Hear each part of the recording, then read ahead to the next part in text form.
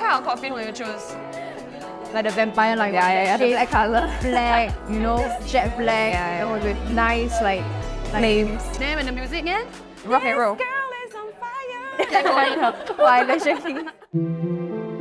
I lost my dad in 2021 to cancer, and at that time, grief was heavy and confusing. Yet over the years, I've learned to recognize that grief does not end or stop, it only evolves over time. So I've been keen to explore if there are ways that can support the grief journeys of my loved ones when I am no longer around. You've heard the phrase getting my life in order. This is getting my death in order.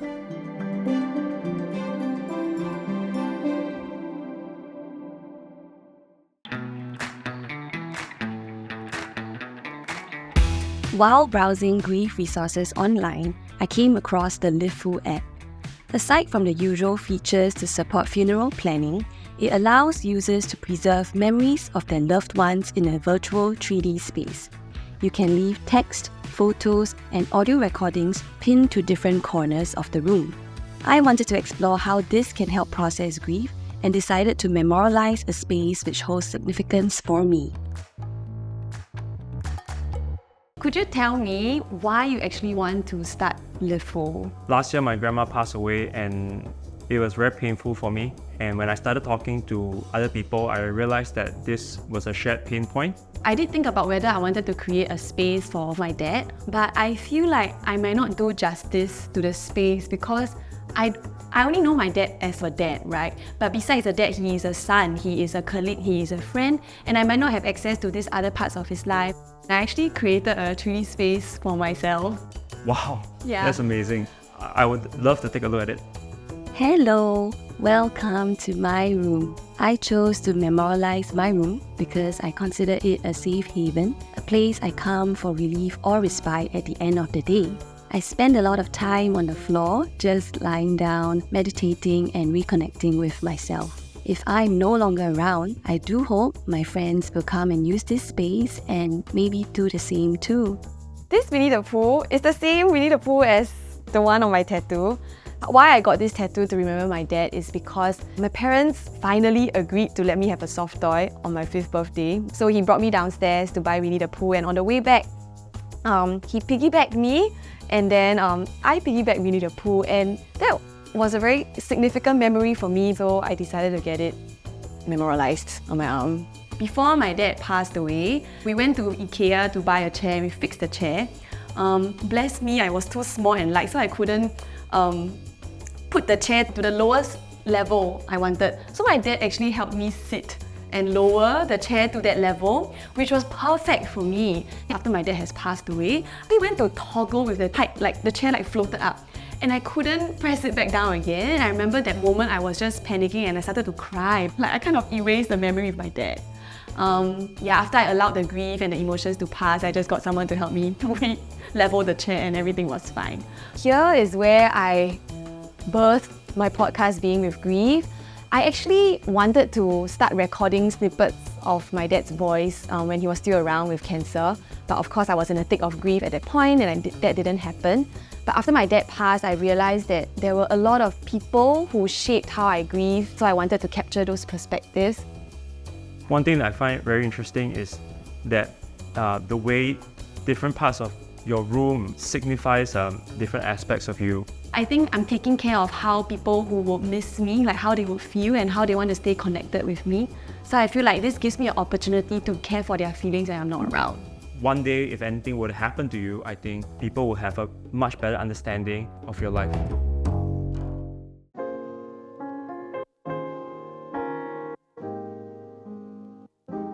What I remember about witnessing the cremation process was that it felt a bit heartbreaking.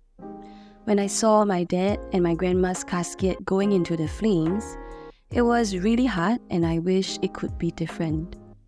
So when I found out about flameless Aqua cremation, I wanted to visit the Green Mortician, even though for now, they only offer it for pets. So welcome to our space. This is our facility. So we use a combination of alkalinity and water to reduce the body down to its bone remains. So whether water or fire, you still get back the same results. What exactly happens after a pet passes away? We'll actually do a pickup, we'll do a groom for the pet as well. And some families will ask us to prepare a room for them so that they can have a private space of grief. This space feels really cozy and nice. I really like it because I feel at ease when I'm here. For us here, we try to keep things neutral. We provide a space, a walkway where the body is pushed through in a more serene setting.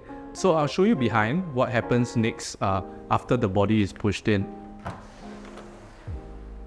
So welcome to our cremation facility. Over here, what you'll see is the cremation system that we have that incorporates the use of water. Okay, so what exactly is the liquid that is being used here? So we use a ratio of 95% water and 5% chemicals. Right, okay. The chemicals that we use is alkali, commonly found in your household products, soaps and cleaners, even some food. After the cremation process, the bones are retrieved. Families might sometimes ask us to process the bones down into powder form. Bones go in here into something called a cremulator, and then it's processed into powder. So this is ash. After the ashes are packed into a little bag like that, what happens is that it goes into an urn. This option is very popular among smaller pet owners. This process returns you way more bones and ashes. They are quite recognizable and people do like that. Are there other reasons why people would choose aqua cremation for their pet? So I think one of the biggest factors is a psychological one. Okay. Right? Not many people are comfortable with the idea of a flame-based process at the end. So this process is very quiet, it's very gentle. People do see it as a more natural approach because water is used. Is it possible for this to be done with humans actually? Actually, overseas is already done for humans in some states in US, UK and even South Africa. Oh wow, okay. So can we have this in Singapore ever? I think this is something that we're all working towards. I see. Especially for us here. We all would like to see this happen as an alternative for people, whether or not they choose it or not. It's been really eye-opening to know that such a process exists because it feels like the most natural way to return back to Earth. I would really hope that I get that option or my loved ones will get that option because it puts me at a peace of mind just thinking that they are naturally, slowly going to be decomposed and not burnt in flames. Talking about death can still be taboo for many, but maybe food can bridge that conversation. I'm attending a special dinner event, Death Over Dinner, that aims to open up conversations on death and end-of-life matters with strangers. Welcome everyone to Death Over Dinner at Kodi Emporia. Thank you for coming. So why are we here with food and Death Over Dinner is that we really want to transform these difficult conversations into a lot more, I wouldn't say lighter, but just know that a lot of people with lived experience are ready to talk about it and to kind of weave the idea of food and conversations together. Let's get dinner started, shall we? Each of these ingredients that you see in front of you and the entire menu this evening has also been chosen keeping in mind the significance of some of these ingredients. You have 2 starters. Ade bites is made out of mung beans. During the time of mourning, mung is used in food to cool the body down. So while you're enjoying your food, remember you have to bring a memorable item, right? To bring a small symbolic object that represents a meaningful aspect of your life as shared with your loved one who has passed. It can be anything. So I decided to share a picture. So this is it's a lion dance. This was in 2019. So this is in my house. This is my dad, who has passed. Yeah, and then this is me, and this is my nieces lah. When I think about Chinese New Year, it's the hardest for me. It's only our third Chinese New Year without my dad. But it's still very jarring because basically my dad loves to have very gregarious Chinese New Year. He will call like the lion dance to come, so the house is very vibrant and noisy. So like this was probably the last time we had a lion dance in the house. The first year when it was Chinese, I was just like bawling. So this year I was just like, I'm ready for this, man. I'm not gonna be like. So I did not. But in the morning, like on Chinese New Year, you hear like lion dance, right? Ching ching ching all around. So it's just like, I really miss the lion dance. So I was kind of like, okay, I just watched some line dance video on YouTube. And then out of nowhere, I realized like a wave of tears, it just choked out. Just like many weeks after, when I thought about it, I thought about how like I was maybe like grieving a safe figure. My dad gave me very gregarious and happy Chinese New Year's, but that made his absence like very loud also. Feel about your deep anger. Yeah, it's just a jade from my grandma. So yeah, she.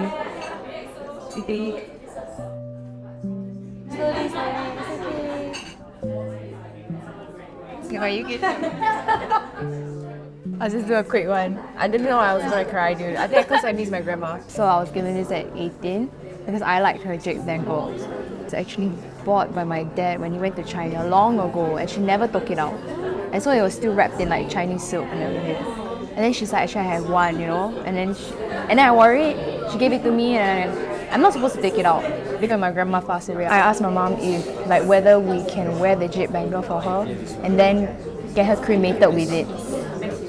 And my mom's like, no, because she loved it on you. We are sisters, right? Yeah. I think for us, we grieve very differently. She's the one who saw my grandma go. But I was like overseas, where I received the news, where I went to the hospitals to see her. She already passed already. And the whole funeral service and cremation, I didn't even cry. Then I started questioning myself, how come everybody crying then? I think that the grief only came maybe a few weeks after, where I realized that she's really gone. If I see her photos, then I will start crying again. Yeah. So we're going to have the next dish come up.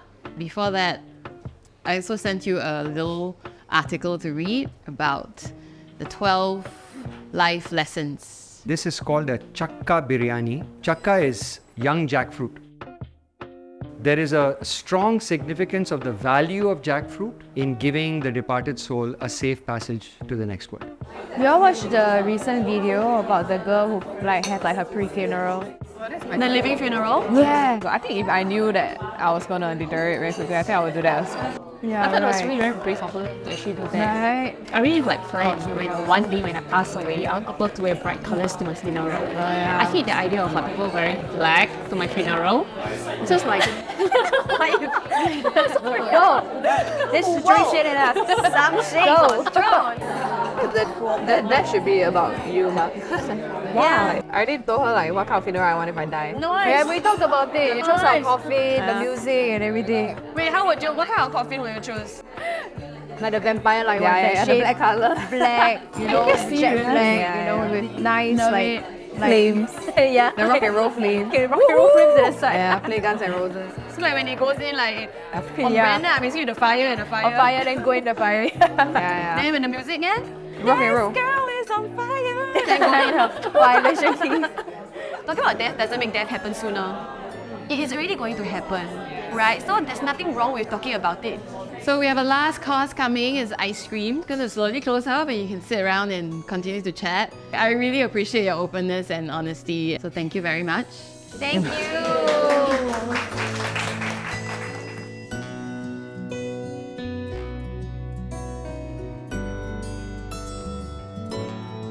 The competition was so rich. There were tears, there were very tender moments, and there were also a lot of moments of celebration. The most important life lesson for me right now is that I don't have to shy away or stop myself from having conversations about death and grief. I feel like joy now comes from a very real place of knowing how painful grief can be, and I think there's nothing more precious than that.